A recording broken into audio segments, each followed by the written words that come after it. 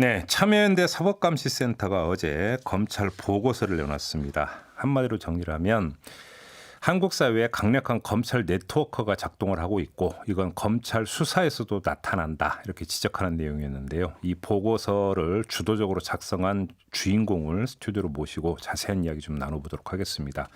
참여연대 사법감시센터 실행위원을 맡고 있는 오병두 홍익대 법대 교수 모셨습니다. 어서 오세요, 교수님. 예, 반갑습니다. 네. 이 검찰 행보에 대해서 검찰 정치 이 그 단어로 성격을 규정을 했었던데 좀 풀어주세요. 검찰 정치라고 하는 게 어떤 뜻으로 이렇게 하신 말씀이세요? 예, 뭐 검찰이 그 이제 소위 이제 실체 진실이라고 그러죠. 네. 사건에 관한 진실을 이제 모든 것을 알고 있고 그것들을 이제 책임지고 밝혀내고 네. 또 검찰이 말하는 것을 마치 이제 실제 있는 모든 것이다라고 하는 것이 이제 소위 검찰 사법이라는 용어로 종래 표현을 해왔는데 네.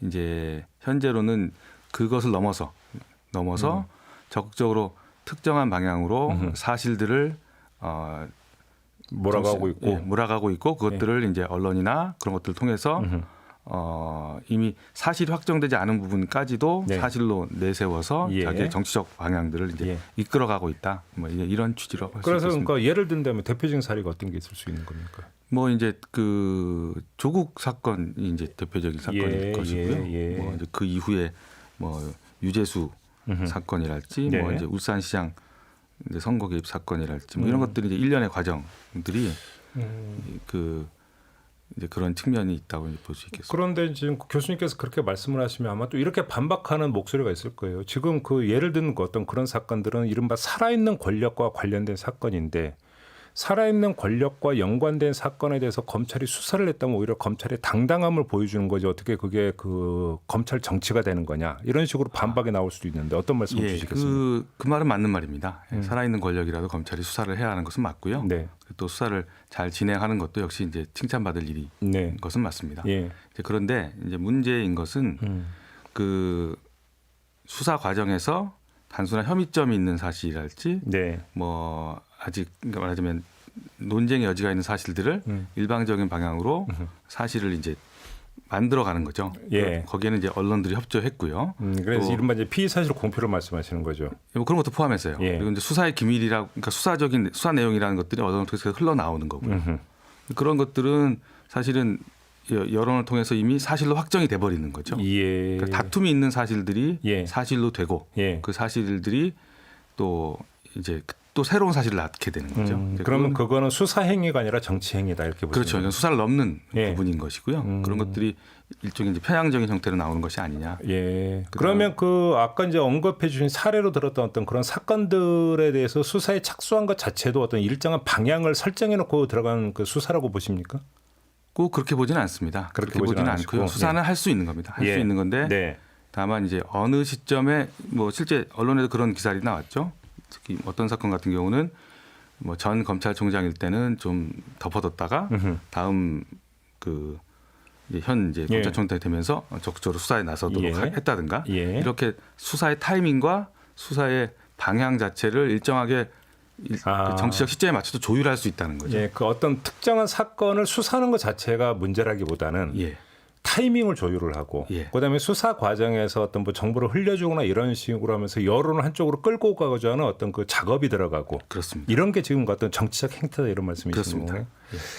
그 이 보고서 내용에 보면 검찰 네트워크라고 하는 표현도 나오던데요. 이건 어떤 뜻으로 하신 말씀이세요? 일단은 검찰 네트워크라고 하는 거는 이제 실제 현직에 있는 검찰, 그 다음에 이제 이제 은퇴하시고 또 뭐 정치권에 있는 정치권에 있는 검찰 출신 정치인들, 예. 그 다음에 이제 친 검찰의 이제 내용들을 내밀한 얘기들을 언론에 통해서 그러니까 공표하는 언론 이런 예. 것들이 일정한 이제 방향성을 갖고 이익 공유체로서 엮여 있다는 거죠. 유착 관계 형성돼 있다. 그렇죠. 어떤 의미의 유착인데 이제 유착보다는 좀 약간 느슨한 의미겠죠. 예. 아 그렇게 봐야 되는 겁니까? 예.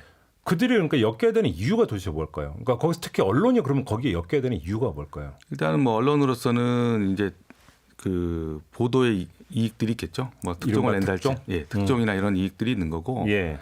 그 전직과 현직 검찰이 엮여 있는 이유는 실제 그 전관예우라는 통로들이 있거든요. 실제로 전관예우라는 거는 현재 있는 검찰이 를 통해서만 쓸 수 있는 거거든요. 그러니까 밖에서 그렇죠. 그러니까 현직에 있는 검찰이 왜 밖에 있는 선배 검찰 얘기를 듣겠습니까? 그렇죠. 예, 그게 이제 일정하게 그 인사를 통해서 오랜 동안 형성된 인적 네트워크들이 예.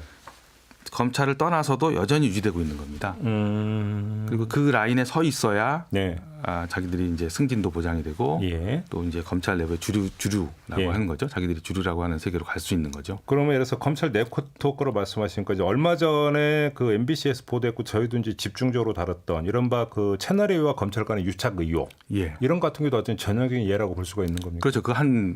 그게 드러난 모습이라고 할 수 있죠. 그런 게. 예, 뭐 그러면 핵심은 검찰 개혁의 핵심은 이쪽에 좀 맞춰져야 된다고 보십니까? 예, 그렇습니다. 그래요? 지금은 이제 일단 한 발 나갔다고 하는 것은 네. 공수처법 등이 이제 검찰 개혁 법안들이 통과가 됐고요. 네. 그것은 이제 시작이다. 그리고 실제 검찰 네트워크가 여전히 작동하고 있는 구조에서는 언제든지 예. 되돌릴 수도 있고. 예. 지금 뭐 그런 얘기들이 이미 정치권에서 나오지 않습니까? 뭐 네네. 되돌리겠다는 얘기도 나오고 있는 거고. 네네.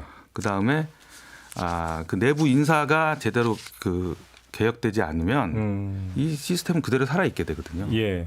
그래서 이번에 그 며칠 전에 나온 기사인데 좀 앞서간 측면이 있긴 한데 예.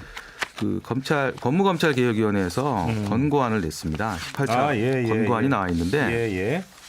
여기서 보면 형사 공판부 경력 검사를 중심으로 인사를 내라. 이거 지금 권고한 거 말씀하시는 겁니까? 그렇습니다. 예.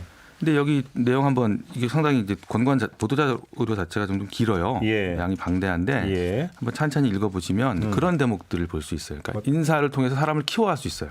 예, 그렇죠. 사건 배당을 통해서. 이른바 로열 패밀리라는 게 그렇게 만들어지곤 한 거잖아요. 그렇죠. 그러니까 예. 특정 사건을 이제 주기도 하고 예. 어떤 사람들은 이제 일을 못하게 하는 방법은 소위 이제 뭐 그 폭탄 배당이라는 것도 있어요. 일을 못할 정도로 엄청나게 사건을 몰아주는 거예요. 한직으로 내모는 게 아니라 오히려 일을 많이 주는 것도 하는 방법입니까? 그것도 한 방법이죠. 그러면 그 사람이 성과는 결국 해결하는 이제 결과적으로 무능해지죠. 무능해지는 거죠. 왜 그러면 일이 너무 많아갖고 다 처리할 수 없으니까. 예. 그래서 낙인 찍어버리고. 예, 그런 식으로 해서 특정한 사람들은 이렇게 끌어올리고 특정한 사람들은 누르고 하는 그리고 거기에 줄을 서게 하는 거죠. 그러니까 우리가 이제 그 상식적으로 전해지고 있는 이야기는 검찰 내부에서 어떤 이 쏠림이라고 하는 게 특수부 중심으로 이제 이루어진다라고 하는 것들이 이제 상식적인 이야기였는데 예. 그러니까 교수님 같은 견해로 지금 말씀을 하시는 겁니까? 그렇습니다. 예, 그래서 그래요. 예. 근데 어차피 이제 특수부라고 하는 게 이제 주로 어떤 뭐 권력형 비리라든지 이런 걸 중심으로 이제 캐다 보니까 그래서 이른바 정관인 정치권에 두시는 어떤 전직 검사들하고 또 연결고리가 또 그 창고를 통해서 맺어지게 되고. 그죠. 그다음에 언론의 특종이라고 하는 것들도 뭐 그러니까 잡범과 관련해서 이른바 특종이 나오는 건 아니고 이른바 권력형 비리나 이런 것들을 통해서 해야 그것이 이제 기사 가치가 있다고 판단하니까 특수부가 연결되고 이렇게 작동 메커니즘이 이렇게 이루어지는 거라고 봐야 되는 건가요? 예, 뭐 그렇게 볼 수 있겠죠. 그래요. 예, 그런데 이제 그게 이제 일반적으로 얘기되는 수준에 네. 그러니까 뭐 아는 지인들이 있고 또 그래서 어느 정도 알 수 있고 한 선을 넘어서는 부분들이 있는 거죠. 수사인 네. 내부의 정보들이 흘러나오기도 하고 네. 또는 이제 여러 개의 팩트들이 있을 거 아닙니까? 10여 개, 10개의 팩트가 있다면 그중에 특정한 2개의 팩트만 강조되거나 네. 어떤 것들은 무시되거나 이런 식으로 이제 소통이 되는 방식들이 이제 문제가 있는 거죠. 근데 지금 이른바 그 현재 검찰 내부의 특수통 라인의 최고 정점에 윤석열 검찰총장이 있다고 다들 이야기를 하고 있고 예. 근데 또 일각에서는 윤석열 검찰총장은 역대 검찰총장 가운데 가장 대가 세고 선이 굵고 그래서 살아있는 권력에 굴하지 않고 검찰이 확실하게 수사할 수 있도록 그 방패막이가 돼주고 있다라고 하는 호평도 있지 않습니까? 이런 호평은 어떻게 받아들이십니까? 저는 이제 근본적으로 그런 호평이나 예. 어떤 반대 평가도 있을 수 있겠죠. 정반대 평가도 있죠. 예. 근데 그런 평가가 강해지는 시스템은 이 검찰 시스템의 취약성 때문이다. 특정 사람의 성격에 맞춰서 검찰이 평가될 수 있다 그러면 그거는 국가 조직으로서 그게 정당하냐? 검찰이 공조직이라면 시스템으로 운영이 돼야지. 예, 시스템으로 가야 되는 문제이지. 수장 한 사람의 의지에 따라서 뭐 검찰 수사의 공정성이 이런 거 이야기하는 것 자체가 오히려 후진성의 발로다. 그렇습니다. 그렇게 보고 있습니다. 그렇게 보시는 거군요. 윤석열 총장 이야기 나왔으니까 하나만 더 여쭤볼게요. 그러니까 검찰 수사 이야기 나왔으니까 이제 그 불거졌던 문제가 윤석열 총장이 이른바 장모 사건 있지 않습니까? 네. 장모 사건에 대해서 다루는 검찰의 태도에 대해서 이런저런 말이 많이 있지 않았습니까? 그렇죠. 이게 이제 그 정치 검찰이 그러니까 검찰 정치가 아니라 하더라도 예. 여기에도 분명히 어떤 그 귀담아들에 대한 지적이 담겨 있다고 평가를 하세요, 교수님은? 예, 뭐 이제 사실관계 문제는 아무래도 어렵죠. 네. 어려운데 네. 다만 저희가 이제 아까 조국 수사에서 마찬가지지만 수사 행태를 얘기를 할 수 있는 거죠. 수사 행태. 예, 뭐 그렇죠. 70여 차례 압수수색 예. 할 수 있고 뭐 127일에 수사를 할 수 있는 조직이 뭐 그 비슷한 정도라도 뭐 그렇게까지는 안 가더라도 네. 그 사건의 통상적인 그 사건 그런 유형의 사건이 고소고발됐을 때 예. 검찰력이 행사될 수 있는 수준을 네. 보여준다면 그것은 굉장히 중요한 의미가 있겠죠. 근데 그만 수준이냐 아니냐 이걸 가지고 얘기를 할 수 있다고 생각합니다. 어제 좀 나왔던 목소리 가운데 하나가 또 어떤 그 법무부의 어떤 행태에 대해서도 좀 따끔한 지적을 하셨다는 얘기를 들었는데 그건 어떤 내용이에요?